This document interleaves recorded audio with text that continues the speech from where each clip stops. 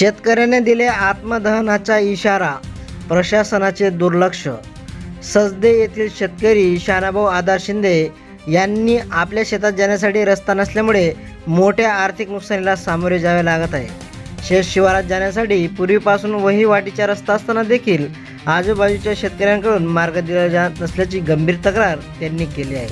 शिंदे यांच्या शेतात केळीचे पीक असून योग्य वेळी मशागत, पाणी व वाहतूक न झाल्याने लाखो रुपयांचे नुकसान होण्याची भीती व्यक्त केली जात आहे। मला शेतात जाण्यासाठी तात्काळ रस्ता उपलब्ध करून दिला नाही तर माझ्या पिकाचे मोठे नुकसान होईल। या नुकसानी जबाबदार कोण, असा सवाल त्यांनी प्रशासनाला केला आहे। याबाबत संबंधित महसूल व पंचायत प्रशासनाकडे वारंवार विनंती करूनही अद्याप ठोस कारवाई झालेली नसल्याचा आरोप करण्यात आला आहे।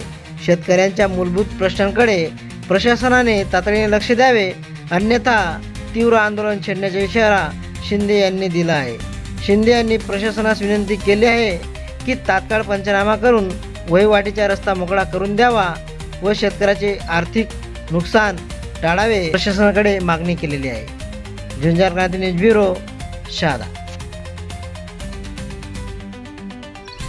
माझे नाव शानाभाऊ आधार शिंदे, मी सजद्याचे आहे। हे माझ्या क्षेत्र इथं केळी लावलेली आहे।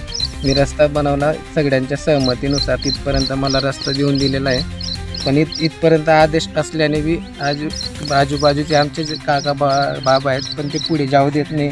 माझ्या मागचा रस्ता पूर्ण मोकळा आहे, पण ते मला रस्ता बनवून देत नाही। तो रस्ता बनत नाही म्हणून माझ्या माल तिकडनं निघत नाही। आपण याविषयी तक्रार केली का? हां, तर ते तहसीलदार साहेबांना मी तक्रार केली, अर्ज केली, सगळं केलं आहे, पण काही होत नाही। काकांच्या बी रावण्या वगैरे विनवण्या केल्या, जाऊ द्या बुवा असं करून, ते काही जाऊ देत नाही। माझ्या लाखो रुपयाचे नुकसान होते। किती माल असेल, काय टाकलेले आहे शेतात आपण? केळी माझी पूर्ण आता माल रेडी झालेला आहे, आता निघण्याच्या तयारीमध्ये। 15-1 लाखाचे नुकसान होतं आहे माझं। तक्रारी कुठे कुठे केली आपण? तहसीलदारालाच केलेलं आहे की त्यांच्याकडनं मला अपेक्षित राहील की रस्ता भेटेल असं करून। मग त्यांनी आदेश काय दिला?